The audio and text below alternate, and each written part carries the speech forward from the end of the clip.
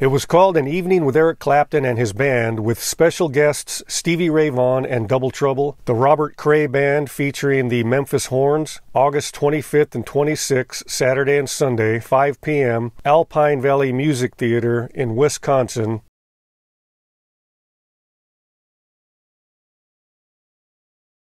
Right here. It is alleged that on the 26th, Stevie Ray Vaughan told his band and crew members about a dream he had the night of the 25th where he was at his own funeral and saw thousands of mourners. He said he felt terrified, yet almost peaceful. Eric Clapton was the main attraction and the last show of the evening. At the conclusion of his show at 11:55 p.m., he invited all musicians on stage for a final jam session that lasted about 20 minutes. It is said that this was the last photo taken of Stevie Ray Vaughan. Next to him is Philip Palmer, Stevie's older brother Jimmy Vaughan, Buddy Guy, and Eric Clapton. At the concert's conclusion, musicians and crew walked from the stage here to the golf course over here. There were 4 helicopters lined up in this area from nose to tail. Stevie Ray Vaughan was originally scheduled to drive out of the area to his Chicago hotel with his brother Jimmy and Jimmy's wife Connie. Then he heard there were 3 seats available for all 3 of them on one of the helicopters, but it actually turned out there was only 1 seat available. Jimmy and Connie wanted to stay together, so they told Stevie to take the last seat in the Bell 206B Jet Ranger. He boarded the helicopter along with Eric Clapton's agent Bobby Brooks, Clapton's assistant manager Colin Smith, Clapton's bodyguard Nigel Brown, and helicopter pilot Jeffrey William Brown.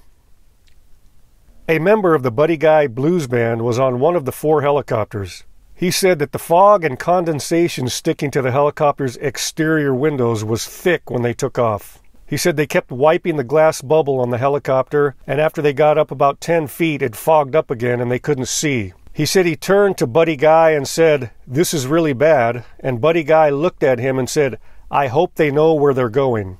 Stevie Ray Vaughan and 4 others were in the 3rd helicopter.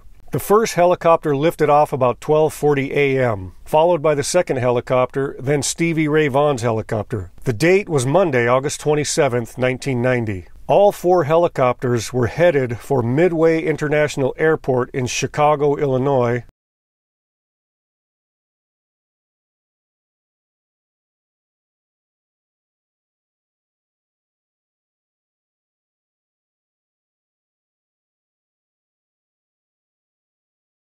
Over here. 3 of the 4 helicopters arrived, and it wasn't until around 4 a.m. that the helicopter company, Omni Flights, realized one of their helicopters was missing. At about 7 a.m., a Civil Air Patrol aircraft helping the local sheriff's deputies search for the missing aircraft found the wreckage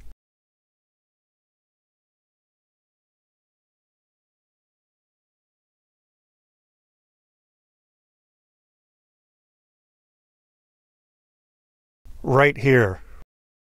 It was 0.6 of a mile from where they lifted off, about 100 feet above the golf course where they lifted off from, and about 50 feet below the ridge of this portion of the hill. It was estimated that the helicopter impacted the ground at a very shallow angle going about 100 miles per hour. The debris was spread out over about a 200-foot area, right about in here. As you can see in these photos, the aircraft was completely destroyed.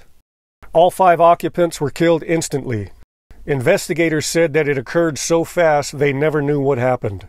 The National Transportation Safety Board determined the probable cause of the accident to be improper planning decision by the pilot and his failure to attain adequate altitude before flying over rising terrain at night. Factors related to the accident were darkness, fog, haze, rising terrain, and the lack of visual cues that were available to the pilot. Surviving family members of the deceased filed a lawsuit against Omniflight Helicopters, the aircraft manufacturer, Bell Helicopters, and the helicopter engine manufacturer, Allison Gas Turbine. The case was given to a retired Army helicopter pilot turned lawyer in Texas. He had about 1,000 hours of helicopter time through the Army. The firm he was working for was representing Ellison Gas Turbine Engine Company, and eventually Bell Helicopters signed up with the firm as well. He was given the task of figuring out what actually happened, so he called his friend who had over 30 years helicopter experience with about 20,000 hours of flight time. They rented a helicopter that was identical to the one involved in the crash and took it to the same spot on the golf course that the third helicopter lifted off from the night of the crash. They also waited until dark to simulate nearly identical circumstances. While on the golf course that night, they noticed the area was well lit by lights from this parking lot right here.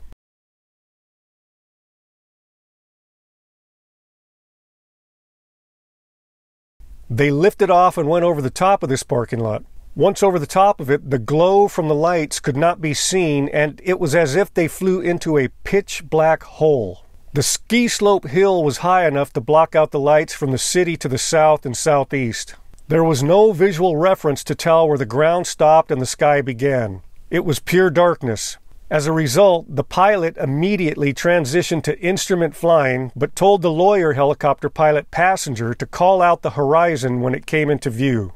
A few seconds later, when they topped the ridge of the ski slope hill, they could see the city lights beyond, giving them a visual reference of the horizon so they could fly without instruments under visual flight rules. What they figured out is that pilot Jeffrey Brown had never flown out of this area at night. When he got above the parking lot lights, he experienced pitch-black blindness outside, which is something he was not expecting. Since he was not instrument rated, he did not use the instruments on the instrument panel.